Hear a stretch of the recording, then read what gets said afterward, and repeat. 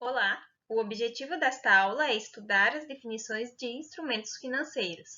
Esse assunto já foi iniciado em videoaulas anteriores, em que falamos sobre recebíveis, mas agora nós estudaremos os demais instrumentos financeiros. De acordo com as nossas normas contábeis que versam sobre instrumentos financeiros, um instrumento financeiro é qualquer contrato que dê origem a um ativo financeiro para a entidade e a um passivo financeiro ou instrumento patrimonial para outra entidade. Conforme vimos em aulas passadas, um contrato aqui representa mais uma relação de direitos e obrigações entre duas partes do que necessariamente um documento assinado. Ou seja, um contrato pode assumir diversas formas que não necessariamente a escrita.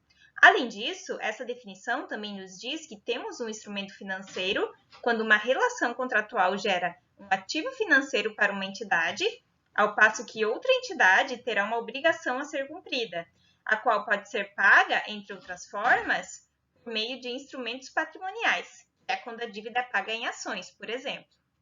Ativo financeiro é qualquer ativo que seja caixa ou equivalentes, instrumento patrimonial de outra entidade, como, por exemplo, ações, ou um direito contratual de receber caixa ou outro tipo de ativo financeiro de outra entidade, como pode ser o caso de recebíveis ou de investimentos temporários, como títulos públicos ou certificados de depósitos bancários ou letras de crédito, por exemplo.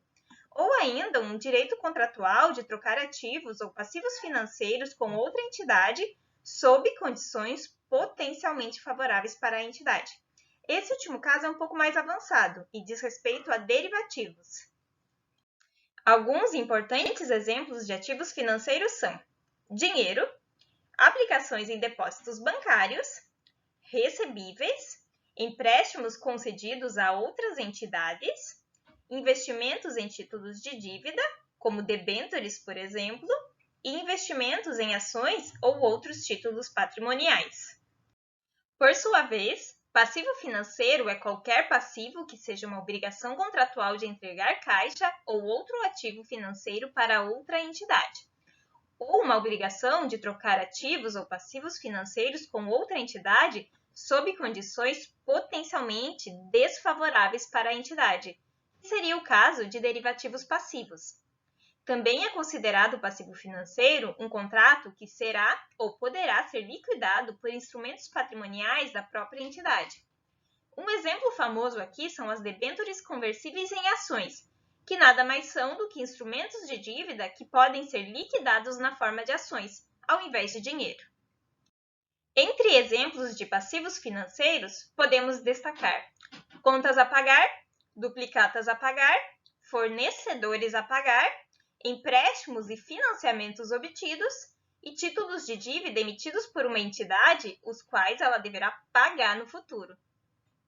Enfim, instrumento patrimonial é qualquer contrato que evidencia o interesse residual nos ativos de uma entidade após a dedução de todos os seus passivos.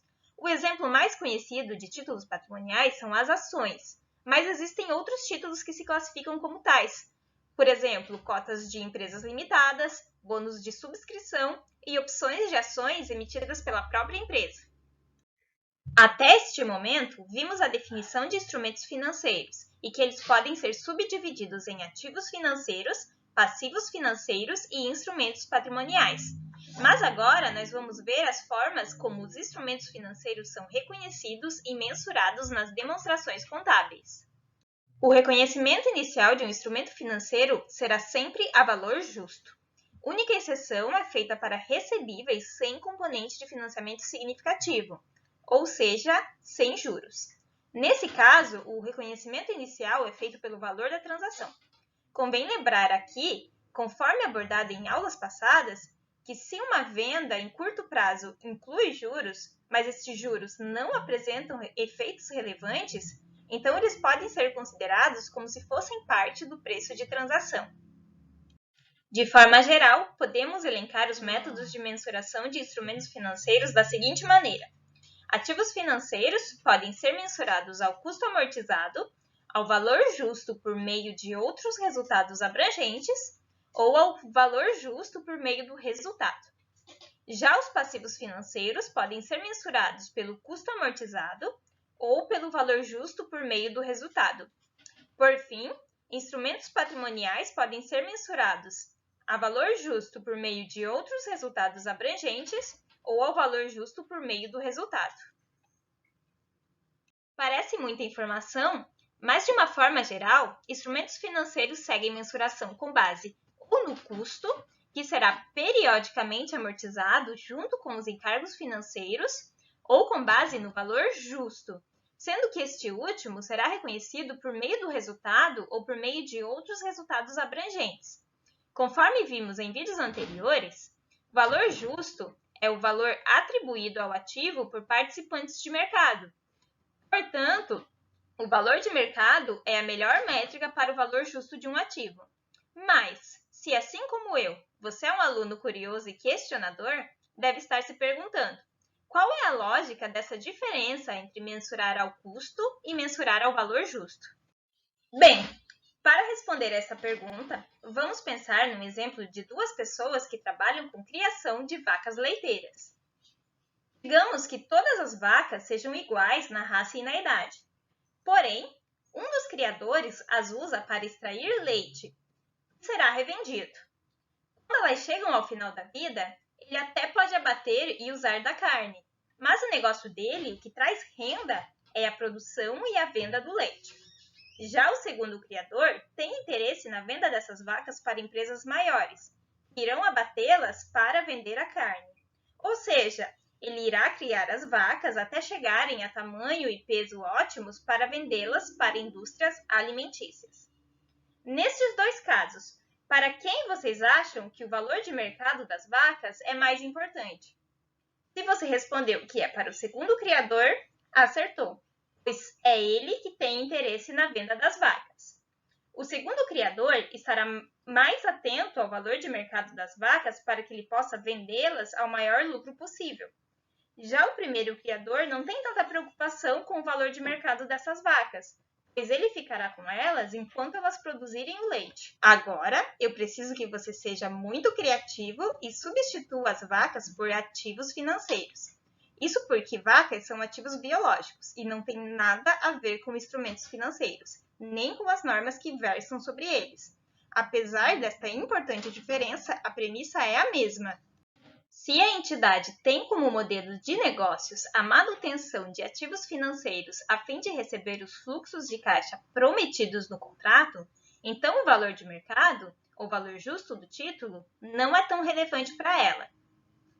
Consequentemente, não será relevante para os usuários da informação contábil também, que no fundo querem saber o quanto do ativo financeiro investido se converterá em dinheiro para a entidade. Por outro lado, ela pode ter como modelo de negócios tanto o ganho com os fluxos de caixa gerados pelo ativo, como o ganho por meio da venda desse ativo. Ou seja, ela pode esperar o ativo se realizar, mas também pode vender esse ativo antes, a valor de mercado. Nesse caso, o valor de mercado passa a ser fundamental para ela, pois ela tentará vender esse ativo de forma mais vantajosa possível. Da mesma forma, o valor de mercado passa a ser informação fundamental para os usuários da informação contábil também, uma vez que se a entidade pode vender o instrumento financeiro a qualquer momento antes de ele se realizar, é razoável que a empresa ajuste o valor do instrumento ao seu valor de mercado. Pois assim, as demonstrações contábeis estarão apresentando o verdadeiro potencial que o instrumento tem de virar caixa. Portanto, a mensuração ao custo amortizado ou a valor justo existe para assegurar informações contábeis úteis para a tomada de decisão. Nesta aula, nós estudamos as definições de instrumentos financeiros, bem como seus métodos de mensuração. Demos um enfoque aos motivos que levam uma entidade a mensurar um instrumento financeiro a custo ou a valor justo. E observamos que o produto final sempre deve ser uma informação contábil útil para a tomada de decisão. Em próximos vídeos, retomaremos os métodos de mensuração dos instrumentos financeiros, dando um enfoque às classificações específicas dos ativos financeiros, passivos financeiros e instrumentos patrimoniais. Nos vemos em breve!